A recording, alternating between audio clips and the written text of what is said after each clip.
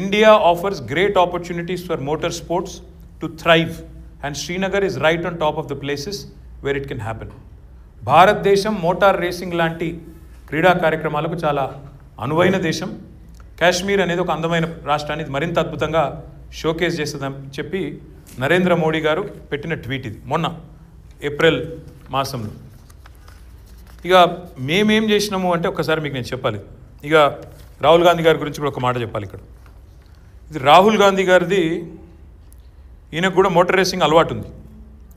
ఆయన ఒక Yamaha R1 బండి కొనుక్కొని, ఇగో this is a track that gives Rahul Gandhi his kicks.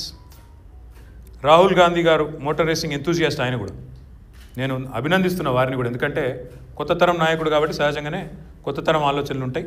Motor రేసింగ్లో కూడా వారు కూడా ఆయన ఎంతూజియాస్ట్ అని చెప్పి రాసిన వార్త. ఈ F1 ఎప్పుడైతే చంద్రబాబు నాయుడు గారు తేవాలనుకున్నారో, ఎప్పుడైతే ఇంక F1 నాయుడాకు వచ్చిందో, 3 ఏళ్ళు నడిచిన తర్వాత, నేను మంత్రి అయిన తర్వాత నేను చాలా ప్రయత్నం చేసిన, వారిని కలిసిన. ఫర్నా వాళ్ళను కలిసి, వన్ నేను కూడా కలిసిన.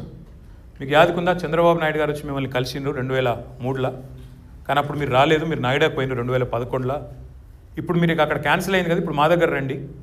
నేను ఆ రోజు ల్యాండ్ ఎక్విజిషన్ ఇంకా అట్లే ఉంది, నోటీసులు అట్లే ఉన్నాయి. నేను ఎట్లనే చేసి తనలాడి మీకు డెడికేటెడ్ ట్రాక్ కూడా కట్టిస్తాం, మీరు రండి అని అడిగిన. వాళ్ళు అన్నారు, ఇక మేము ఇండియాకి వచ్చే ఇంట్రెస్ట్ మాకు ఇప్పట్లో లేదు Formula 1కు, ఎందుకంటే ఇక మా చేతులు గాలిని ఆడికి వచ్చినాము, 3 ఏళ్ళు నడిచింది, తర్వాత ఆ ప్రమోటరు వెనుకకు పోయిండు, మాకు ఇంట్రెస్ట్ లేదు అని వాళ్ళు చెప్పిండ్రు. రాము అని చెప్పేసారు మాకు. చెప్పిన తర్వాత మేము వెతుకుతూ ఉంటాం ఏం జరుగుతున్నది ఈ మోటార్ రేసింగ్లో ఏం జరుగుతున్నాయి, మార్పులు ఏమొస్తున్నాయి అని చెప్పి మేము మానిటర్ చేస్తూ ఉంటే మేము గమనించిన ఒక ట్రెండ్ ఏంటంటే, ఈ మధ్యన మీరు అందరూ చూస్తున్నారు, హైదరాబాద్ కార్ల మీద కూడా, హైదరాబాద్ రోడ్ల మీద కూడా కొన్ని కార్లకు గ్రీన్ నెంబర్ ప్లేట్లు ఉంటాయి, ఎలక్ట్రిక్ వెహికల్స్. ఇప్పుడు జమానా ఎలక్ట్రిక్ వెహికల్స్. ఇక్కడ రాను డీజిల్ ఇంజన్లు, పెట్రోల్ ఇంజన్లు పోయి మొత్తం ఎలక్ట్రిక్ వెహికల్స్ తేవాలనే కాంక్ష, కాలుష్యం ఉండొద్దు మన పిల్లలకు, మన భవిష్యత్ తరాలకు అనే ఆకాంక్ష ప్రభుత్వాలకు, ప్రజలకు అందరికీ ఉంది. కాబట్టి ఎలక్ట్రిక్ వెహికల్స్ని బాగా ప్రోత్సహిస్తూ ఉన్నారు. ఎప్పుడైతే ఎలక్ట్రిక్ వెహికల్స్ ప్రోత్సాహం బాగా పెరిగిందో, అప్పటి నుంచి ఈ ఫార్ములా రేసింగ్లో కూడా ఎలక్ట్రిక్ వెహికల్స్ ఇంట్రడ్యూస్ అయింది. దాన్నే ఫార్ములా E అంటారు. F1 మామూలు ఇంజన్, మన diesel engine, petrol engine, internal combustion engine అంటారు కదా, ఐస్ ఇంజన్ అంటారు కదా, అది F1. ఫార్ములా E అంటే ఏంటి అంటే, ఎలక్ట్రిక్ వెహికల్స్తో కాలుష్యం లేకుండా, శబ్ద కాలుష్యం లేకుండా, ధ్వని కాలుష్యం లేకుండా, అదేవిధంగా వాయు కాలుష్యం లేకుండా మంచిగా చక్కగా ఎలక్ట్రిక్ వెహికల్స్తో చేసే రేస్ని ఫార్ములా ఈ ప్రీ అని కూడా అంటారు, ఫార్ములా E అంటారు. దీన్ని మేము పట్టిన, మీకు F1 ఎప్పుడైతే రానన్నదో వీళ్ళం పట్టుకొచ్చుకోవాలి అని చెప్పి FIA అనే ఒక సంస్థ ఉంటుంది, FIA, వాళ్ళని పట్టుకున్నాం. వాళ్ళు అక్కడ యూరోప్ బేస్డ్ ఉంటారు. పట్టుకొని వాళ్ళతో సంప్రదింపులు మొదలుపెట్టినాం, స్టడీ చేసినాం మేము కూడా. దీనివల్ల లాభం ఏంది మనకు. ఇప్పుడు ఫార్ములా E రేస్ ఎక్కడెక్కడ జరుగుతుంది ప్రపంచంలో అంటే, ప్రస్తుతం లండన్లో, న్యూయార్క్లో, ప్యారిస్లో, టోక్యోలో, మోనకో, రోమ్, ఈ నగరాల్లో జరుగుతాం. అంటే అంతర్జాతీయంగా అమెరికాలో కానీ, యూరోప్లో కానీ, ఏషియాలో టోక్యో లాంటి ప్లేస్లో కానీ, అద్భుతంగా ఇట్లాంటి ప్లేస్లో సింగపూర్లో, ఇవన్నీ చోట్ల జరుగుతూ ఉంది. ఈ నగరాల సరసన మనం విశ్వనగరంగా చూడాలనుకున్న హైదరాబాద్ను కూడా పెట్టాలి అని ఒక ఎజెండా పెట్టుకొని పోటీ పడ్డాం. వాళ్ళు మొదలు ఇంట్రెస్ట్ చూపెట్టలేదు. మేము అడిగితే, ఇండియాలోనా మీకు ఉన్నదా ఇప్పుడు ఎలక్ట్రిక్ వెహికల్స్కి ఆడ ఇంట్రెస్ట్ ఉందా అన్నారు.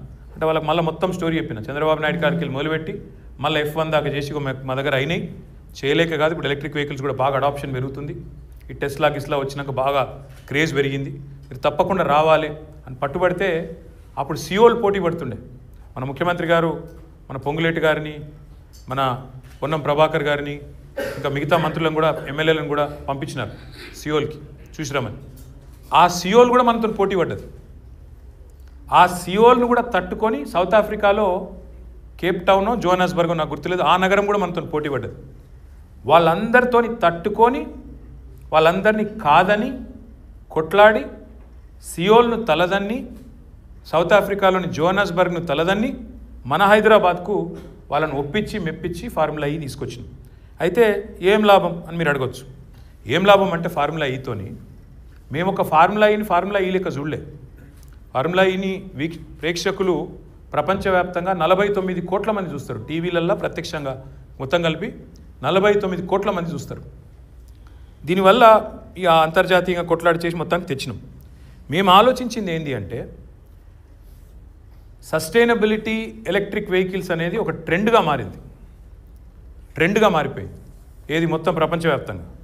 మరి భవిష్యత్ అంతా ఎలక్ట్రిక్ వెహికల్స్దే అయినప్పుడు మనం గతంలో మీకు యాదుకుంటే ఇండియాలో భారతదేశంలో నేను ఇండస్ట్రీస్ మినిస్టర్గా 10 ఏళ్ళు పనిచేసిన కాబట్టి చెప్తున్నాను, అనుభవంతో చెప్తున్నాను.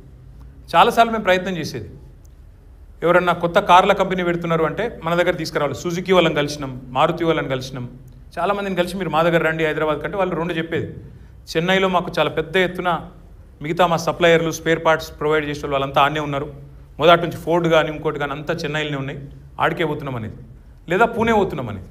అంటే మనకి ఏమైందంటే గతంలో 50-60 ఏళ్లలో పూణే చెన్నై 2 ఆటోమొబైల్కి స్థావరాలుగా కేంద్రాలుగా మారిపోయినాయి, హబ్స్గా మారిపోయినాయి.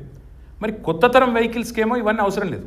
మీకు ఎలక్ట్రిక్ వెహికల్కి మంచి పాలసీ ఉండాలి, మ్యానుఫ్యాక్చరింగ్కి మంచి ఇన్సెంటివ్స్ ఉండాలి, ఇందులో జరిగే ఇన్నోవేషన్కు రీసెర్చ్కు ప్రభుత్వం ప్రోత్సాహకం ఇవ్వాలి.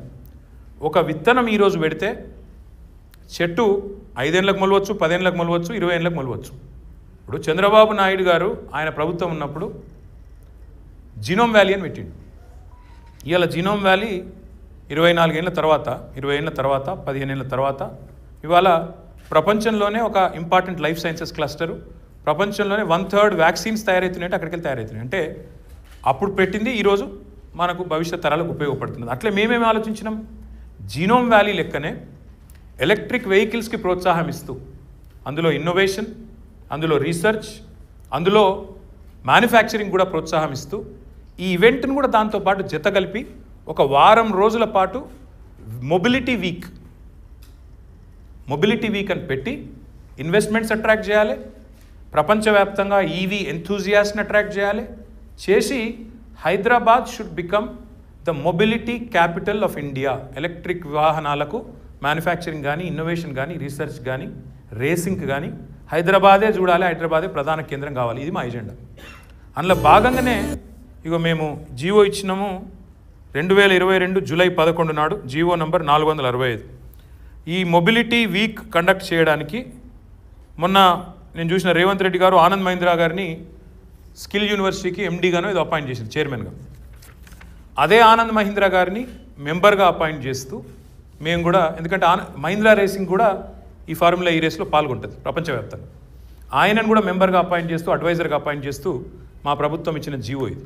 అంటే ఇండస్ట్రీ పెద్దలను కూడా భాగస్వాములను చేస్తూ, అదే మాదిరిగా ఇంకా ఆ స్ట్రక్చర్ కూడా మొత్తం డిఫైన్ చేస్తూ ఎవరు హోస్ట్ చేయాలి, ఎట్లా హోస్ట్ చేయాలి అన్నప్పుడు ఇగో ఎవరెవరు దానిలో కమిటీ ఎట్లుండాలా ఏంది మొత్తం